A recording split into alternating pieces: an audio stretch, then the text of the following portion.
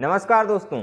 जिस देश में 80 लाख परिवारों को बीपीएल अर्थात गरीबी रेखा के राशन कार्ड के तहत राशन मिलता हो, उस देश के लोगों के लिए आईपीएल का बिजनेस मॉडल समझना काफी ज्यादा जरूरी हो जाता है। दोस्तों, आईपीएल क्रिकेट आज देश और देश की जनता के लिए इतना इम्पोर्टेंट हो गया है कि साल 2020 में कोरोना जैसी महामारी ने देश में चारों तरफ भयानक तबाही मचा रखी थी। स्कूल, कॉलेज, फैक्ट्री, यहाँ तक कि जरूरी कामकाज भी बंद कर दिए गए थे। लोग भूख और प्यास से अपनी जान गंवा रहे थे। देश की सबसे बड़ी और इम्पोर्टेंट परीक्षा यूपीएससी, जिससे देश के लगभग 10 लाख युवाओं का भविष्य जुड़ा होता है, उसे भी रद्द कर दिया गया था। लेकिन आईपीएल को रद्द नहीं किया जाता है, बल्कि इसके ऊपर और ज्यादा पैसा खर्च करके इसे इंडिया से दुबई में शिफ्ट किया जाता है और बाकायदा इंडिया के लोगों को इसका लाइव टेलीकास्ट दिखाया जाता है। आखिर ऐसी क्या वजह थी कि सरकार ने आईपीएल को उस समय रद्द नहीं किया? आखिर टीम के मालिक विनिंग प्राइस से अधिक दामों में किसी भी प्लेयर को क्यों खरीद लेते हैं और टीम के मालिक पैसा कैसे कमाते हैं? क्यों बीसीसीआई इतना अधिक पैसा कमाने के बावजूद भी भारत सरकार को टैक्स के रूप में बाबा जी का ठुल्लू पकड़ा दे?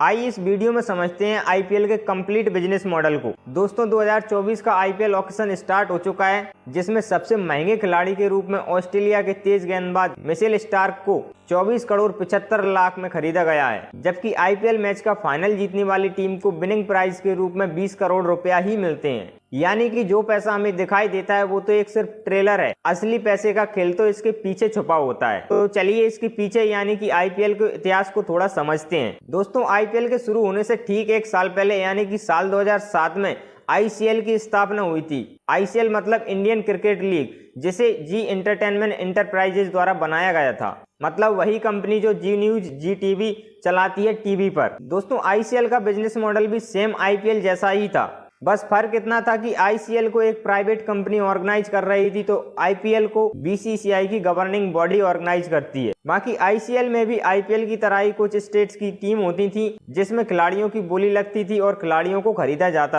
यहाँ पर खिलाड़ियों को अपनी प्रतिभा दिखाने के ज्यादा मौके मिल रहे थे और साथ ही साथ अच्छे खासे अमाउंट में पैसा भी मिल रहा था। इसलिए अधिकतर प्लेयर्स जिन्हें इंटरनेशनल क्रिकेट में चांस नहीं मिलता था, वो आईसीएल में अपना इंटरेस्ट ज्यादा दिखाने लगे और शायद इसीलिए बीसीसीआई ने इंटरनेशनल क्रिकेट खेलने वाले प्लेयर्स की सैलरी भी बढ़ा दी और उन्हें तमाम प्रकार की प्राइजें भी देने लगा। वहीं आईसीएल को ना तो हमारे बीसीसीआई ने कभी मान्यता दी और ना ही कभी आईसीसी ने, बल्कि ये दोनों बहुत नाराज थे ये देखकर कि काफी ज्यादा प्लेयर्स आईसीएल खेलने जा रहे हैं, और शायद इसीलिए बीसीसीआई ने प्लेयर्स के ऊपर बैन लगा दिया कि जो भी प्लेयर आईसीएल खेलने जाएगा उसे इंटरनेशनल क्रिकेट में लाइफ टाइम के लिए बैन कर दिया जाएगा। यानी कि बीसीसीआई खुद नहीं चाहता था कि ऐसा कोई क्रिकेट लीग चले जो खुद बीसीसीआई के कंट्रोल से बाहर। इसीलिए बीसीसीआई ने 12 सितंबर 2007 को एक ऐसा ही क्रिकेट लीग अनाउंस किया, इंडियन प्रीमियर लीग यानी कि आईपीएल। तो फाइनली यहाँ से आईपीएल की कहानी शुरुआत होती है, जो आज तक चली आ रही है। दोस्तों, पहली बार अप्रैल 2008 में आईपीएल के प्रथम संस्करण का आयोजन किया जाता है। तब से लेकर अब तक यह रेगुलर चला आ रहा है। बीच बीच में इसकी कुछ टीम्स बदली, खिलाड़ी बदली और जगह बदली,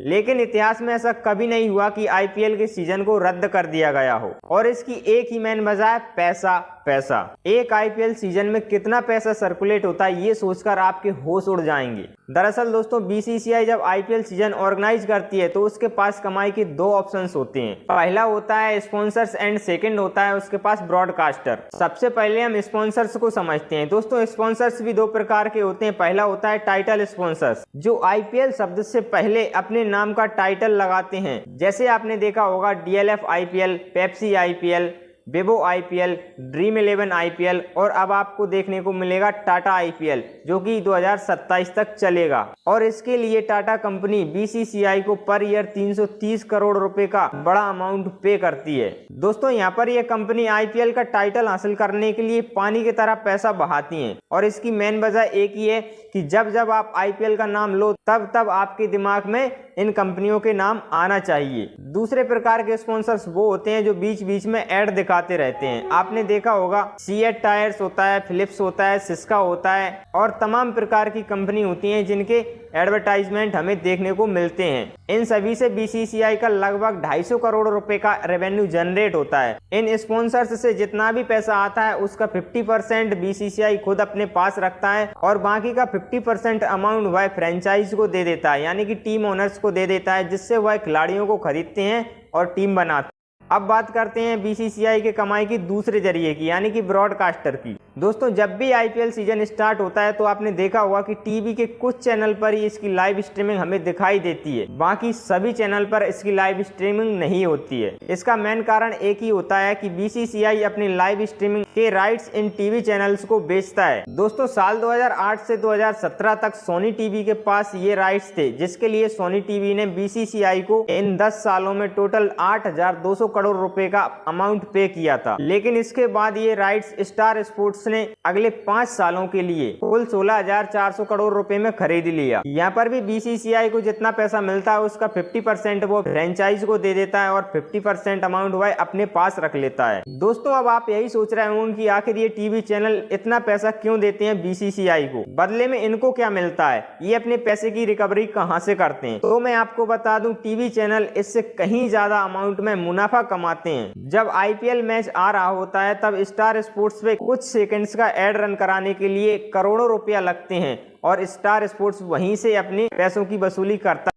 टॉपिक पर वापस आते हैं और बात करते हैं टीम ओनर्स की, जो इतने महंगे महंगे प्लेयर्स को खरीदते हैं और उनका पूरा खर्चा उठाते हैं। ऑन इन एवरेज एक टीम्स का खर्चा लगभग 200 करोड़ रुपए होता है। पहला तो मैंने आपको बता दिया है कि बीसीसीआई जो अर्न करती है उसका 50% अमाउंट इन फ्रेंचाइज यानी कि टीम ओनर्स को मिल जाता है, जिससे कि ये खिलाड़ियों को खरीदते हैं और इनका खर्चा उठाते हैं। लेकिन टीम ओनर्स के पास भी दूसरा कमाई का जरिया होता है स्पॉन्सर्स का। दोस्तों, आपने देखा होगा कि जब भी कोई प्लेयर कोई जर्सी पहनता है तो उस पर तमाम कंपनियों के लोगो लगे रहते हैं, जिसके लिए टीम ओनर उन कंपनियों से करोड़ों रुपए का अमाउंट चार्ज करते हैं। ऑन इन एवरेज एक जर्सी पर लगभग 10 लोगो लगे रहते हैं, तो आप सोच सकते हैं कि कितना ज्यादा अमाउंट चार्ज करते होंगे। फाइनली इन सब के अलावा एक और जरिया है पैसे कमाने का, जो आप सभी को दिखता है, टिकट बेचकर। एक आईपीएल मैच में लगभग 4 करोड़ रुपए के टिकट बेचे जाते हैं, जिसमें से 80% अमाउंट होम टीम के पास जाता है, बाकी का 20% होम स्टेट क्रिकेट एसोसिएशन के पास जाता है। और लास्ट में जो लोग टिकट भी नहीं खरीदते वो लोग बाहर से किसी भी टीम की जर्सी, कैप और अदर एसेसरीज खरीदते हैं, तो वहां से भी टीम ओनर्स के लिए पैसा जाता है। मतलब हर जगह से बीसीसीआई और टीम ओनर्स के लिए इतना सारा पैसा आता है,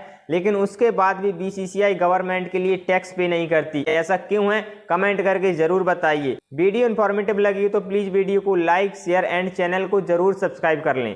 धन्यवाद।